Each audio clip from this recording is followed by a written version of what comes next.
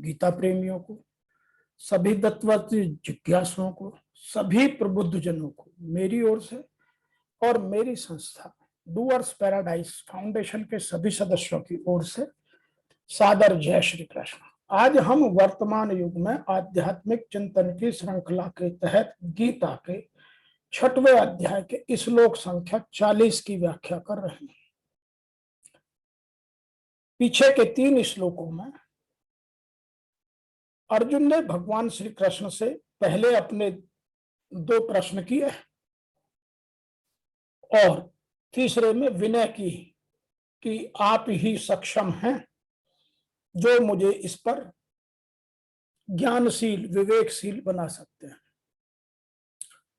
अर्जुन की यह बात सुनकर और हम सब जिज्ञासुओं की तरफ से भी यह बात सुनकर भगवान श्री कृष्ण ने अर्जुन की शंका के उत्तर में योग भ्रष्ट पुरुष की दुर्गति का निषेध किया कि वह कभी भी यह बात ठीक नहीं है। ऋषि वेदव्यास जी ने क्या लिखा, वह बात हमारे समझने की और जानने की बहुत आवश्यक है।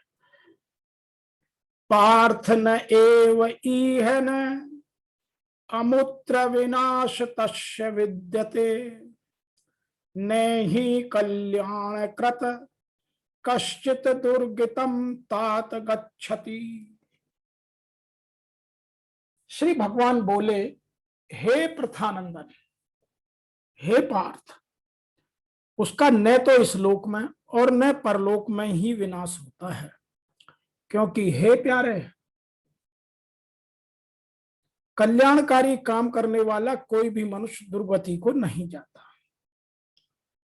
अब उसका मैं उदाहरण देकर समझाना चाहूं। जैसे कोई भगवान दर्शन के लिए बद्रीनाथ की यात्रा पर निकले तो वह रात होते होते जहां तक पहुंच जाता है, प्रातः उठने के बाद वहीं से यात्रा प्रारंभ करता है। रात को सोने पर वह वापस अपने घर नहीं पहुंच जाता। ऐसे ही ध्यान योगी जिस स्थिति में पहुंच चुका है, मरने पर उस स्थिति से नीचे नहीं गिरता। कारण कि यह उसका उद्देश्य अपने कल्याण का बन चुका है। यह उद्देश्य अपने कल्याण का बन चुका है। अब वह दुर्गति में नहीं जा सकता। इसलिए परमात्मा प्राप्ति के मार्ग में निराश होने का कोई स्थान नहीं है। तो उन्होंने अर्जुन की बात को सीधे से नकार दिया, जिसको यदि हम आध्यात्म की दृष्टि से देखें तो उन्होंने कहा, भगवान कहते हैं, हे पार्थ, उस पुरुष का न तो इस लोक में कोई नाश होता है न परलोक में, क्योंकि हे प्रिय, आत्मोद्धार के लिए कर्म करने वाला कोई भी मनुष्य दुर्गति को प्राप्त नहीं होता। In English the lord says, O Partha, neither in this world nor in the next is there destruction for him. None, verily, who does good, my son, ever comes to grief.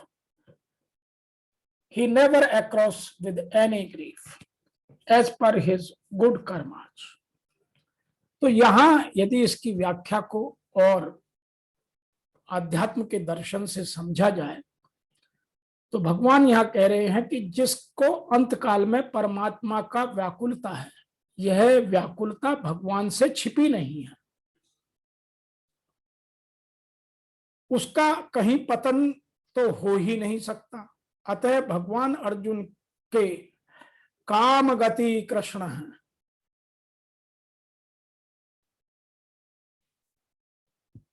को समझकर इस बात को लेकर अर्जुन के हृदय में बहुत, मैं इस बात को दोबारा से आपको स्पष्ट कर दूं, जिसको अंतकाल में परमात्मा का स्मरण नहीं होता उसका पतन कभी होता नहीं। और इस बात को लेकर अर्जुन के हृदय में बहुत व्याकुलता है। यह व्याकुलता भगवान से छिपी नहीं। अतः भगवान अर्जुन को यहाँ काम गति कृष्ण गच्छति, इस प्रश्न का उत्तर देने से पहले अर्जुन के हृदय में व्याकुलता दूर करते हैं। क्या बोलते हैं? पार्थ नैवेह नामुत्र विनाशतस्य विद्यते। हे प्रथानंदन, जो साधक अंत समय में किसी कारणवश योग से साधन से विचलित हो गया, वह योग भ्रष्ट साधक मरने के बाद चाहे इस लोक में जन्म ले या परलोक में जन्म ले, उसका पतन नहीं होता। यह बात गीता बार बार हमें समझाती है। तात्पर्य यह है कि उसकी योग में जितनी स्थिति बन चुकी है उससे नीचे वह नहीं गिरता, उसकी साधन सामग्री नष्ट नहीं होती, उसका परमार्थिक उद्देश्य नहीं बदलता। जैसे अनादि कालों से वह जन्मता मरता, ऐसे ही आगे भी जन्मता मरता रहे, उसका यह पतन नहीं होता। यह एक उदाहरण देकर के इस बात को समझ सकते हैं। यह बहुत शास्त्रों में उदाहरण दिया जाता है। जैसे भरत मुनि भारतवर्ष का राज्य छोड़कर एकांत में तप करते थे, वहां दया परवश होकर वे हिरण के बच्चे में आसक्त हो गए, जिससे दूसरे जन्म में उसको हिरण बनना पड़ा। परंतु उन्होंने जितना त्याग तप किया था, उनकी जितनी साधन पूंजी इकट्ठी हुई थी, वह उसे हिरण के जन्म में नष्ट नहीं हुई। उनको हिरण के जन्म में भी पूर्व जन्म की बात याद थी, जो कि मनुष्यों में भी नहीं रहती। अतः वे हिरण में जन्म लेकर बचपन से ही अपनी मां के साथ नहीं रहे। वे हरे पत्ते न खाकर सूखे पत्ते खाते थे। तात्पर्य यह है कि वह अपनी स्थिति से न गिरने के कारण हिरण के जन्म में भी उनका पतन नहीं हुआ। श्रीमद् भागवत गीता और स्कंद पुराण आदि इन सब बातों का वर्णन करते हैं। इसी तरह से पहले मनुष्य जन्म में जिनका स्वभाव सेवा करने का, जप ध्यान करने का रहा और विचार अपना उद्धार करने का रहा, वे किसी भी कारणवश अंत समय में योग भ्रष्ट हो जाएं तथा इस लोक में पशु पक्षी भी बन जाएं, तो उनका यह अच्छा स्वभाव और संस्कार नष्ट नहीं होता। ऐसे बहुत से उदाहरण आते हैं कि कोई दूसरे जन्म में पशु पक्षी हाथी ऊंट बन गए, पर उन योनियों में भी वो भगवान की कथा सुनते थे। एक जगह कथा होती है कि एक काला कुत्ता आकर वहां बैठता, कथा सुनता। जब कीर्तन करते हुए कीर्तन मंडली घूमती तो वह मंडली के साथ साथ कुत्ता भी घूमता। यह हमारी देखी हुई बात है, समझी हुई बात है। यह लोग गांवों में, जहां लोग साधारणतया इन चीजों को बहुत अधिक मन से महत्व देते हैं, जिनके मन की चंचलता चपलता कम होती है, आपको देखने को मिलेगा। आगे लिखा है, न ही कल्याण से लेकर के तात गच्छति तक। तो भगवान ने इस श्लोक के पूर्वार्ध में अर्जुन के लिए पार्थ संबोधन किया, जो आत्मीय संबंध का द्योतक है। अर्जुन के सब नामों में भगवान को पार्थ नाम बहुत प्यारा था। अब उत्तरार्ध में उससे भी अधिक प्यार भरे शब्द को भगवान कहते हैं कि हे तात, कल्याण कार्य करने की वालों की दुर्गति नहीं होती। यह तात संबोधन गीता भर में एक ही बार आया है, जो अत्यधिक प्यार का द्योतक है। यहां भगवान को अर्जुन पर गुस्सा नहीं आया कि वह बार बार ना समझ की तरह प्रश्न किए जा रहा है, लेकिन यहां उन्होंने उसे प्यार से समझाना चाहा, इसलिए उसको तात कह करके और समझाने का प्रयास किया है। और यह बात हम सब भक्तों के लिए भी है। यदि हम भगवान में अपना सर्वस्व न्योछावर करते हैं, हम समर्पण करते हैं, तो भगवान फिर हमें बहुत प्रिय मानते हैं। इस श्लोक में भगवान ने मात्र साधक के लिए बहुत आश्वासन की बात कही है, जो कि कल्याणकारी काम करने वाला है। अर्थात किसी भी साधन से सच्चे हृदय में परमात्मा तत्व की प्राप्ति करना चाहता है, ऐसे किसी भी साधक की दुर्गति नहीं हो सकती और ना ही होती है। उसकी दुर्गति नहीं होती, यह कहने का तात्पर्य है कि मनुष्य कल्याणकारी कार्य में लगा हुआ है, अर्थात जिसके लिए मनुष्य शरीर मिला है उस अपने असली काम में लगा हुआ है तथा सांसारिक भोग और संग्रह में आसक्त नहीं है, वह चाहे भी किसी मार्ग से चले उसकी दुर्गति नहीं हो सकती। कारण कि उसका ध्येय चिन्मय तत्व में मैं परमात्मा हूं, इसमें सदैव लगा हुआ है, अतः उसका पतन हो ही नहीं सकता। उसकी रक्षा मैं करता हूं और मैं सदैव करता ही रहता हूं, फिर उसकी दुर्गति कैसे हो सकती है? तो यहां उन्होंने अर्जुन के प्रश्न का सीधा सीधा उत्तर दिया और उनको समझाने का प्रयास किया। मेरी दृष्टि स्वतः प्राणी मात्र के हित में रहती है। जो मनुष्य मेरी तरफ चलता है, अपना परम हित करने के लिए उद्योग करता है, वह मुझे बहुत प्रिय है, बहुत प्यारा लगता है, क्योंकि वास्तव में वह मेरा ही अंश है, संसार का नहीं। उसका वास्तविक संबंध मेरे साथ ही है, संसार के साथ उसका वास्तविक संबंध नहीं। उसने मेरे साथ इस वास्तविक संबंध को, असली लक्ष्य को पहचान लिया, तो फिर उसकी दुर्गति कैसे हो सकती है?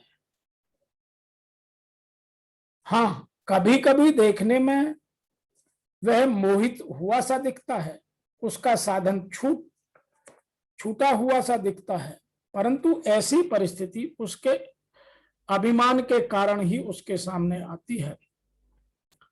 मैं भी उसको चेताने के लिए, उसका अभिमान दूर करने के लिए ऐसी घटना घटा देता हूं जिसमें वह व्याकुल हो जाता है और मेरी तरफ तेजी से चल पड़ता है। जैसे गोपियों का अभिमान देखकर मैं रास में ही अंतर्ध्यान हो गया और सब गोपियां घबरा गईं। जब वे विशेष व्याकुल हो गई, तब मैं उन गोपियों के समुदाय के बीच में ही प्रकट हो गया और उनके पूछने पर मैंने कहा, मया परोक्षम भजता तिरोहितम। तो यह बात हमको सबको जानने की आवश्यकता है, अर्थात तुम लोगों को भजन करता हुआ ही मैं अंतर्ध्यान हुआ था, तुम लोगों की याद और तुम लोगों का हित मेरे से छूटा नहीं है।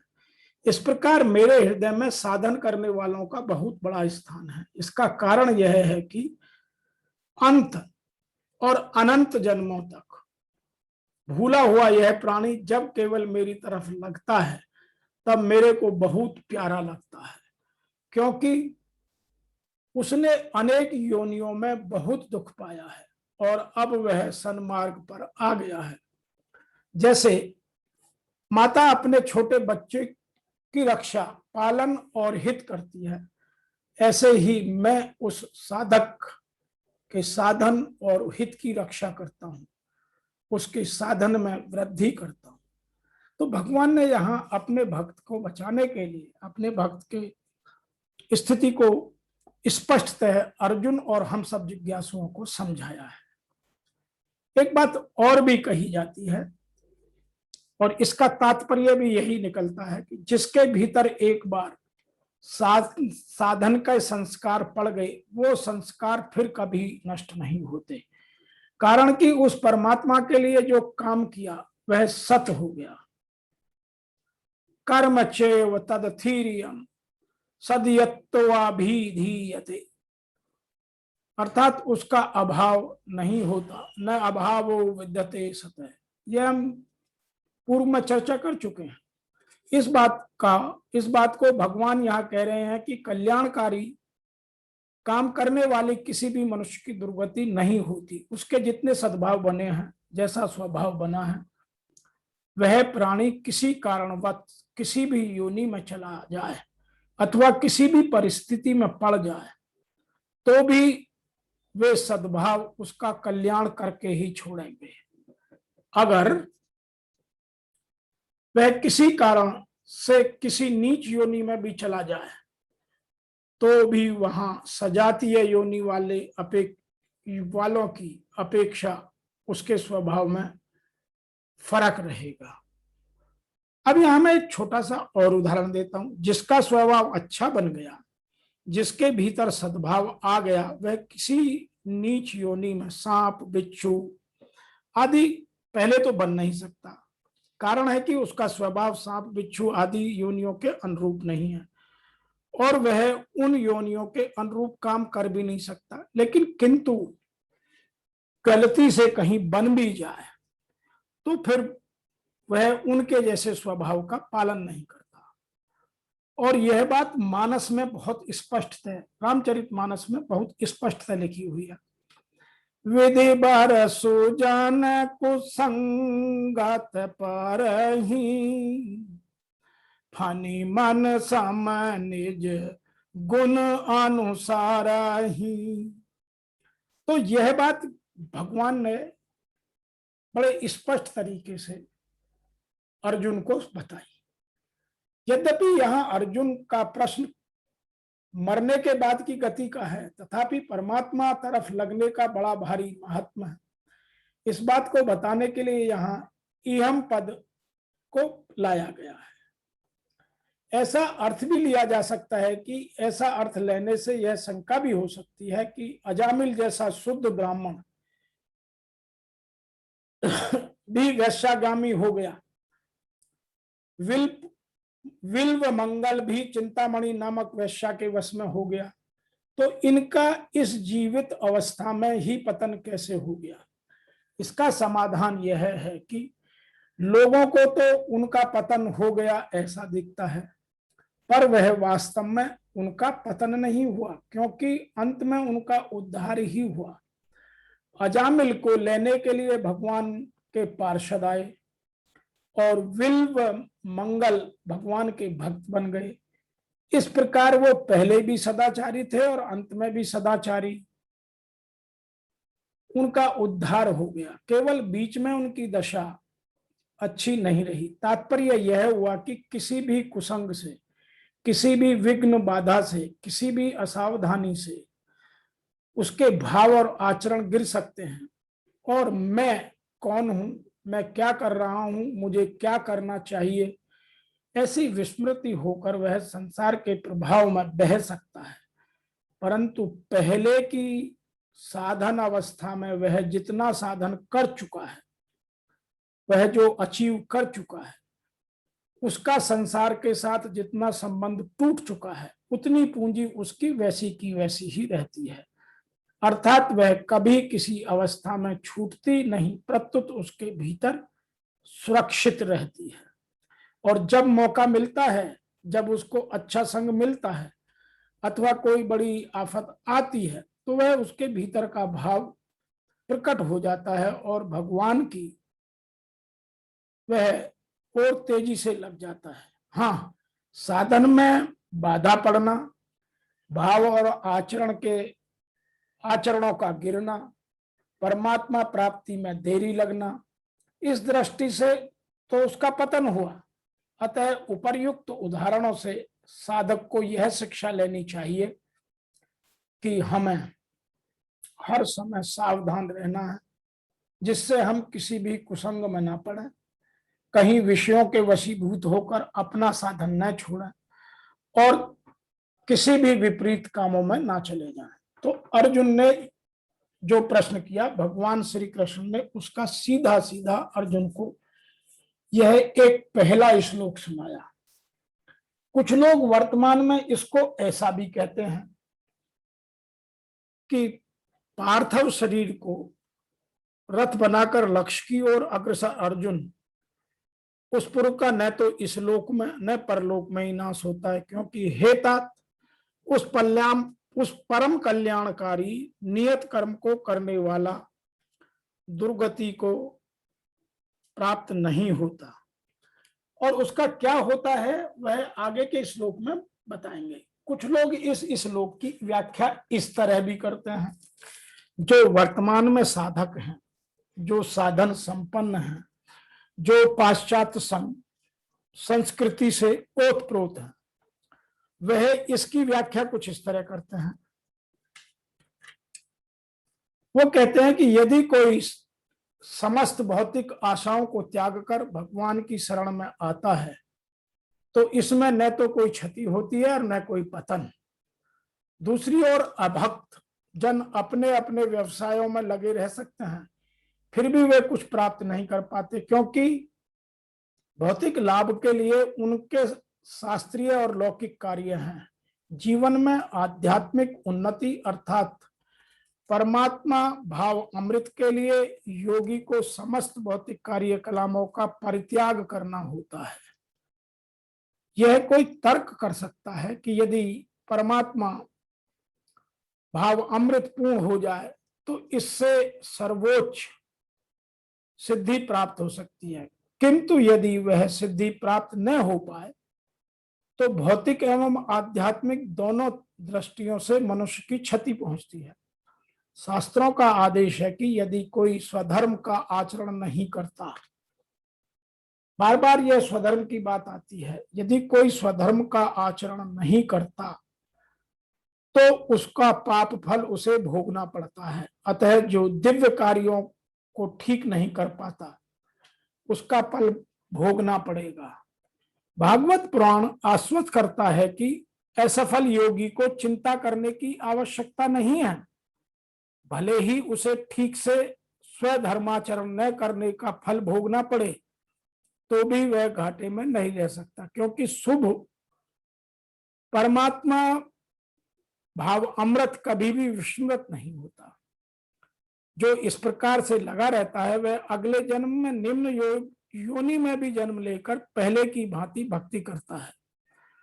दूसरी ओर जो केवल नियत कर्मों को दृढ़ता पूर्वक करता है किंतु उसमें कृष्ण भाव अमृत या कृष्ण भावना का अमृत, परमात्मा भावना का अमृत का अभाव है, तो आवश्यक नहीं कि उसे शुभ फल प्राप्त हो। इस श्लोक का तात्पर्य इस प्रकार है कि मानवता को दो विभागों किए जा सकते हैं। आज जो वर्तमान में मानवता है इनको दो भागों में बांटा जा सकता है। नंबर एक नियमित और नंबर दो अनियमित।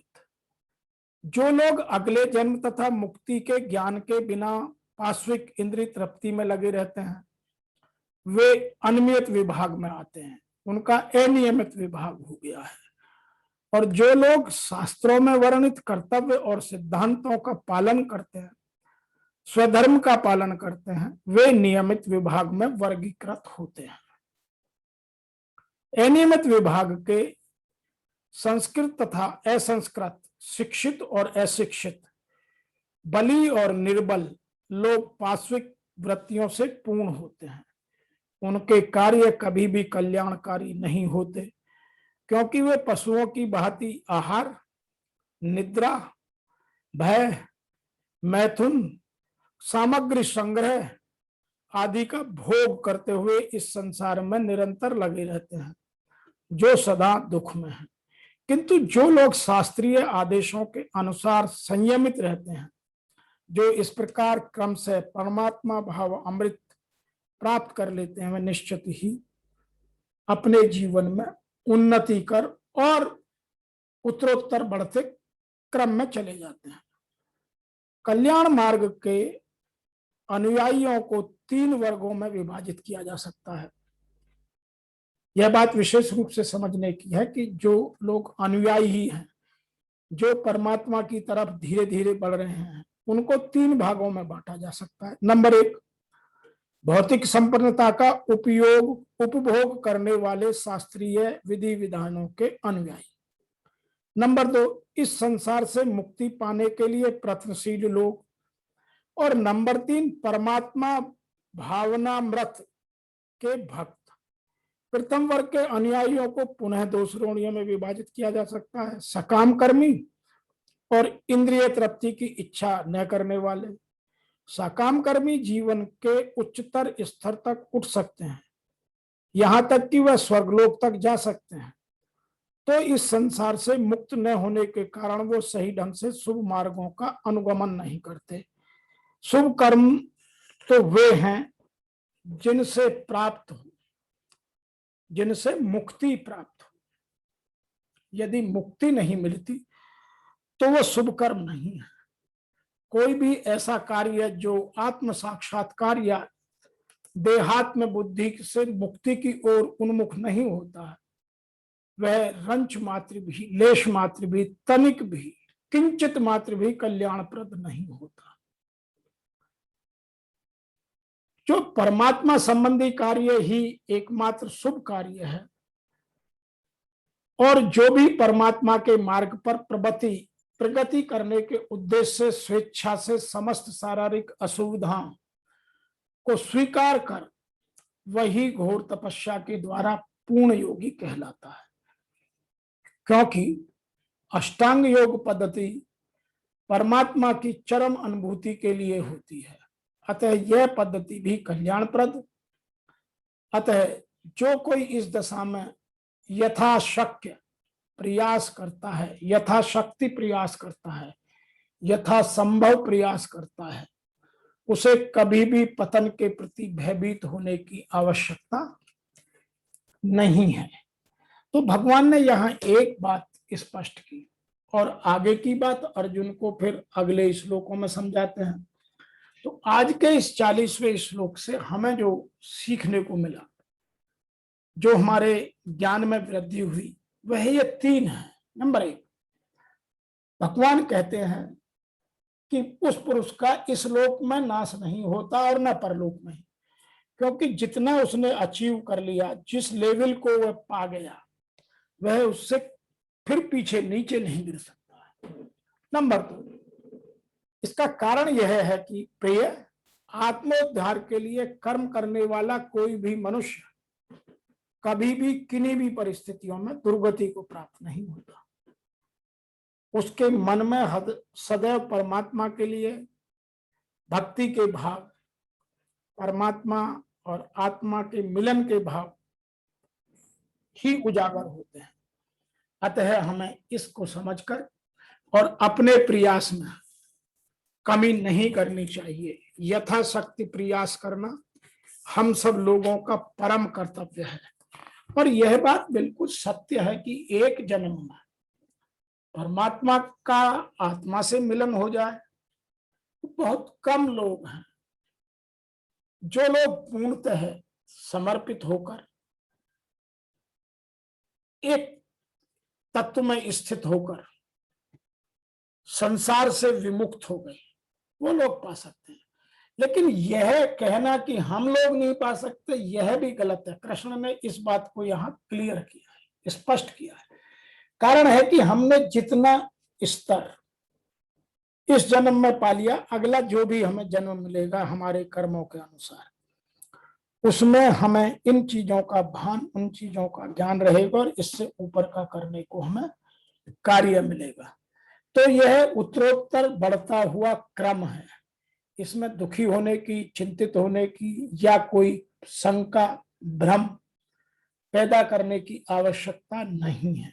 हाँ, जो हमारे कर्मों के प्रारब्ध का फल हमें भोगना है, उसे कोई टाल नहीं सकता। भगवान भी उसको नहीं टाल पाते, क्योंकि भगवान की बनाई हुई यह प्रकृति भगवान की सत्ता से चलती है।